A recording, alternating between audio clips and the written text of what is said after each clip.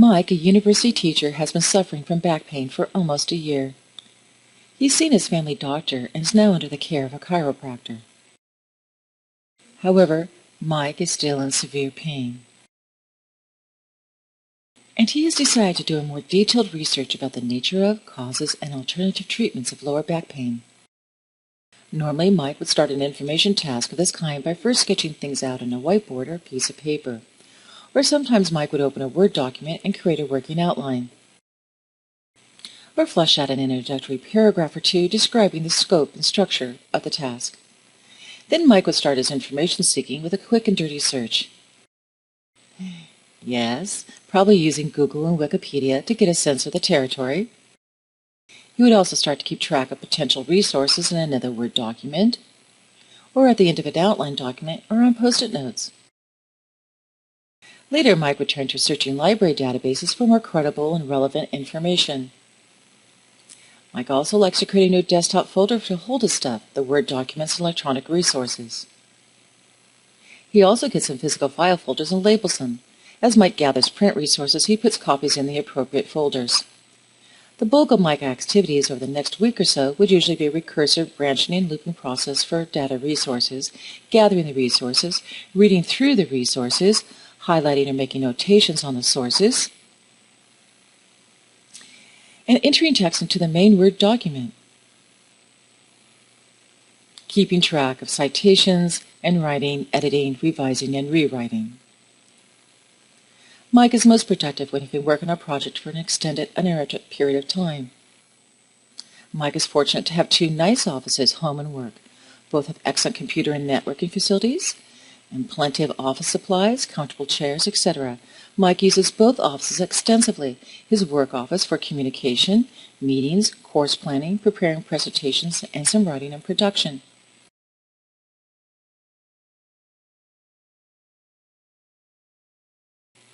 He uses his home office for home and personal business, grading, electronic papers and assignments, class preparation, and much of his in-depth writing.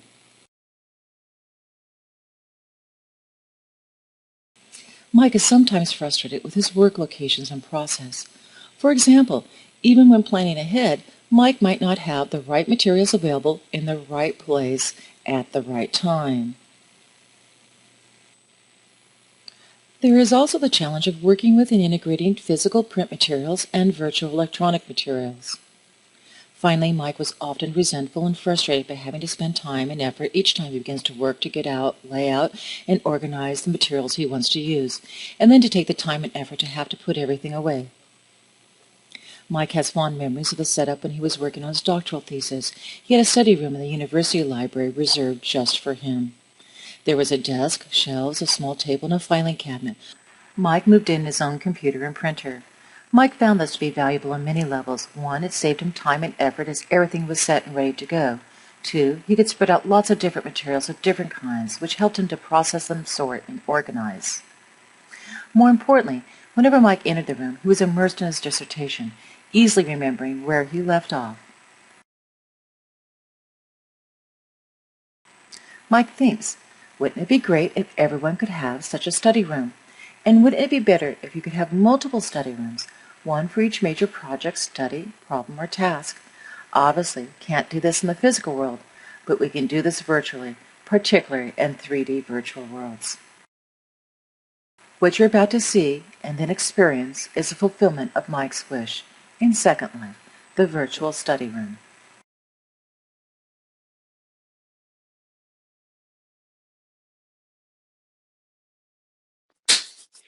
Okay, let's get started here. I think I'd like a big whiteboard here to begin so I can brainstorm my scope and the structure for this problem.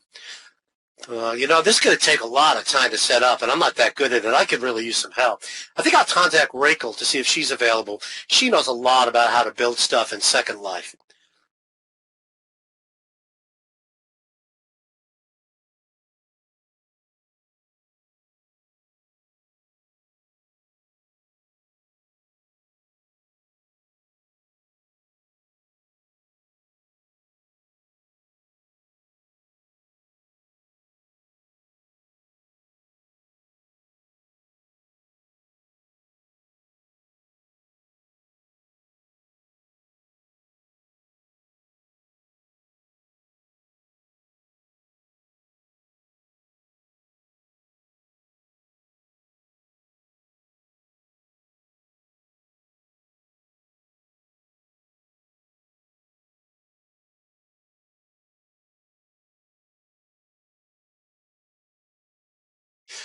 Hey, Rachel, how are things? Things are good, Mike. What's up? Well, I'm using this virtual study room, and I'd like to use it as a single-purpose room. I've decided to do it for a personal problem. I've got this back problem that's not getting any better, and I've decided to use my research skills and to do a full-blown study of the causes and treatment of back pain. I'm still having trouble with the back, and I think it's time to take it more seriously. But I was thinking that if I do this in Second Life, I can use the room itself as a help. And so when I'm in the room, I want to be immersed in this one topic. And I'd like to use some of the special features and capabilities of Second Life and also some of the stuff that you guys have been working on. Yeah, way cool. And so you want me to help? Oh, of course, yeah. I'm really just a newbie in some of this stuff. So I know what I want, but I could use your insights into what works and what doesn't, and then your expertise in building and setting up my space. Yeah, I see where you're going with this, Mike. Sounds like something fun. Let's get started. What do you want to build first? But I was thinking out first, it would be nice to really have a whiteboard right here in the middle. Then I can see what I'm doing and start to lay things out. Sure, I can do that. So how's this? How about a little bigger? Okay. How's that? Yeah. Okay, that's nice. But now, how do I use it? Well, it works just like your internet browser. You click it, and then you can interact with it. It's that simple. Huh. So it's just what I'm used to using, huh? Yeah, Good. exactly. Let me try it out.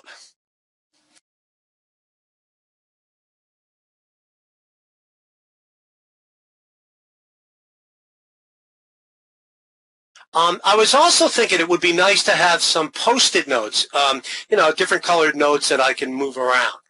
Sure. Where would you want those? Well, how about also on the wall, but next to the whiteboard, not on the whiteboard? Okay, of course. Great. Oh, great.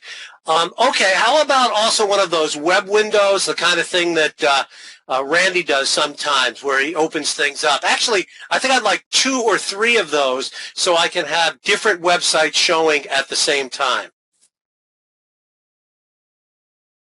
That's great. Okay. And just again, in using this stuff, can I copy and paste from one web window to another, or to one of the Post-it notes and to the whiteboard and back and forth across all these different tools? Yeah, it should copy seamlessly. That's terrific. All right. Well, there's a lot of stuff here. I think I'd like to try it out for a while, and then if I need to, I can get back in touch with you. Okay. I'll get back to you soon, okay? Thanks a lot.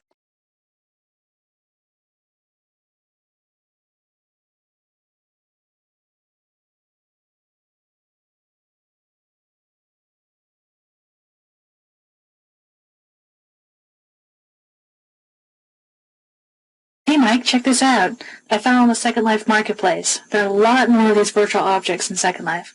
Would they be useful to gather in your virtual study room?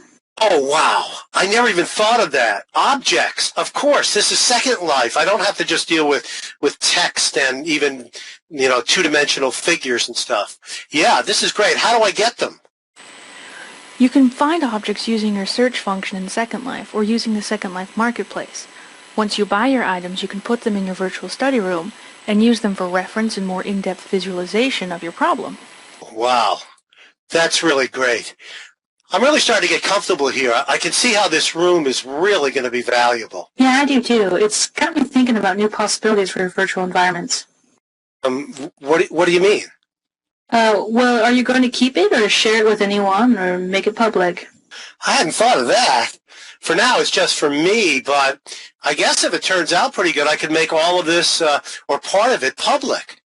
Right, and if others wanted to do the same and use virtual study rooms that eventually could be shared, it would be like creating a library or a museum or a 3D Wikipedia, but from the ground up. Oh, wow, yeah, the Second Life Wikipedia, but instead of it just being articles and things like that, it's rooms. It is building a library. Boy, we need to think a lot more about this.